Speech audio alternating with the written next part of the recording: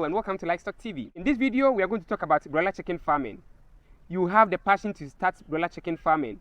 You want to start, but you don't know how to go about it. Now, if you watch this video to the end, these are the questions you'll be able to answer. What type of birds do we call broilers? How long do we keep broilers? Is it profitable? What type of structure do we need to construct? How should be what should be the orientation of their structure? And what materials do we use to construct their structure, as well as so many things that you will need to know before you start the broiler chicken farming. So don't go anywhere, stay with me and let's discuss this. Thank you for coming back. If you like this video, please subscribe to the channel, pass comments and also share our videos. Now let's start. What type of birds do we call, or chicken do we call broilers? Broilers are kept for two main reasons. One, to produce meat, that is, they are kept for their meat. Two, that is, those who keep broilers as breeders, that is, keeping the parents' stock in order for them to lay eggs and also produce more chicken for their meat. So these are the two main reasons why a farmer may keep a broiler chicken. Now, there are different types of broilers as we speak now, but the most popular ones are the cobb500 and the ross308. These are the most popular ones. The reason why we are saying they are popular is that, one, they take less days or less period to mature, meaning they grow very fast. When you compare between the cobb500 and the ross308, you wouldn't find so much difference. The only difference is that the feed conversion ratio between the cobb500 and the 300 has some form of difference. The cobb500 converts feed into growth faster, a little faster than the ross308. Now the cobb500 grows to be tall. It grows to be taller than the ross308. However, the ross308 is bulky, but it doesn't grow to be tall as the cobb500. Broilers are kept for up to a maximum of 9 weeks. So I would advise that after the 9th week, you should not keep your birds in your farm. The reason is that as they continue to stay there, they will increase your cost of production and your business will not be profitable. So because of that, by the 9th week, you should sell off your chicken farming. It is very profitable and lucrative. All you will need to do is to make sure that you get your facts or your things right. What am I talking about? One, I'm talking about having access to the market. You should make sure that your market is ready before your birds become mature. Two, you should make sure that you avoid diseases. Make sure that you prevent your birds from infections that could easily get them sick. So if you do this, your broiler chicken farming will be very lucrative. Again, you have to make sure that you reduce your cost of production. Reduce your cost of production to the barest minimum. Factors such as feeding, giving them water, electricity, all these may be controlled just because you want to reduce your cost of production. If you don't reduce your cost of production, then at the end of the day, you will work, but you will not be able to get the profit that you may be. Let's look at the housing. The housing. You see, you can start any structure at all, but then at the end of the day, you may be having issues when you start to stock your structure. So now let's take a critical moment to study how best we can construct our structure, and we will love constructing it. So first of all, what should be the orientation? You have been hearing about orientation, but when you say orientation, what does it mean? It's all about the positioning of your structure as against the movement of the sun. The position of the main structure, your structure, as against the movement of the sun. So if you are going to construct a broiler chicken house, it should be east to west orientation. When you say east to west orientation, it means that the length of your structure should be positioned along the movement of the sun. You know, the sun sets from the east and settles on in the west, and so the length of your structure should be such that it is put along where that is the path of the sun. The reason why we do this is that, one, if you construct it in the east-west orientation, the sun is always on top of the structure. The sun is always on top of the structure. Then the width is south to north orientation.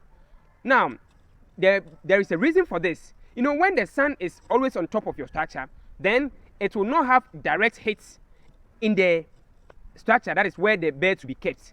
The moment the sun sets directly in the structure, it is going to generate heat. Broilers are the type of birds that do not like heat. If there is direct heat or direct sunshine in the structure where the birds are, you are likely to lose some of your birds to heat. Some of them could die. So this is the reason why your structure should be in east to west orientation. First of all, the foundation, that is from the ground to about 3 feet, should be bricks, or if you have blocks, you can use them, that is cement blocks. This should be cemented to a smooth surface, both in and outside. For the outside, it may not be compulsory, but then the inside has to be compulsory. The reason is that as you keep your birds and you keep on producing, a time will come you have to sell your birds and you have to wash the structure, that is the inside, and disinfect. So if it is not cemented to a smooth surface, when you pour any liquid on the cement, on the blocks, it may become soft, and even when the birds are inside, they can peck at the blocks.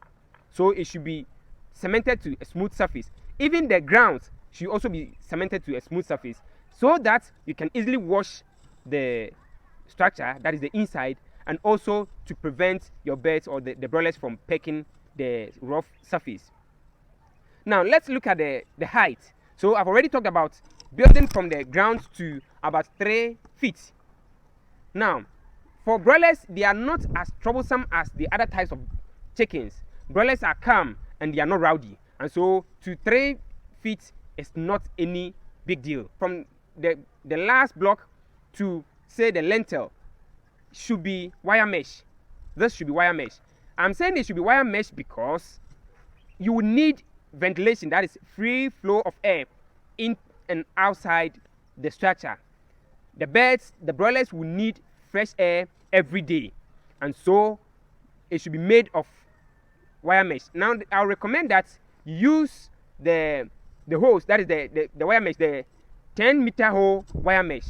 Don't use the ones that have, let's say, 50, 40, or the bigger holes. No, that one is not safe. The reason why it is not safe is that, one, predators may enter your structure if the holes are just too wide. Predators such as snakes, rodents, or let me say mice, cats, puppies, and all that, or even wild birds. You know, wild birds could spread diseases, and so you should make sure that the wire mesh contains holes that are not too big or too wide for predators to easily enter your structure. Spacing. You see, broilers grow very quickly, but then because you're not keeping them for a long time, you don't need to provide them with so much space. So normally I advise that up to 2 square feet should be dedicated for each chicken, that is a matured one. You know, when they start from day old chick, as they grow, you also expand your space for them. So by the time they become so matured, which is around 3 kilograms, 4 kilograms and above or below, you should make sure that you have a space of 2 square feet for each chicken. Let's talk about the location of your structure. Your farm should be located in a very conducive environment that would make your birds happy. Now, when I say conducive environment, let's talk about these factors. 1, it should be located away from the main city. This is to make sure that, 1, your neighbors or the authorities will not have issues with you because of the stench that may be coming from your farm.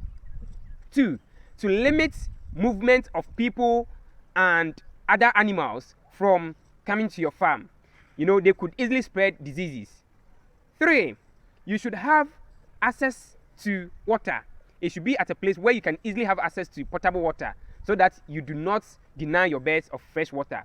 Again, you should it should be at a location where you can have light, access to light, because your birds will need light to be able to grow well. Also, if you have some other devices that will require the use of electricity, it can easily help you. Again, it should be located in a conducive environment where you can easily bring in the material. Finally, it should be located at a place where you can, the veterinary officers can visit your farm. So, you see, we need to balance it. In one breath, we are talking about locating it at a place where it will not be close to the main city. In another breath, on the other hand, we are saying that it should be accessible to the markets, road, water, veterinary offices, and all that. So you have to balance it. It shouldn't be in a very secluded area, and it shouldn't be too close to the main city. Thank you very much for watching this video. Please come back. We are going to have the second episode on broiler chicken farming. This is not the end. Thank you, and bye bye.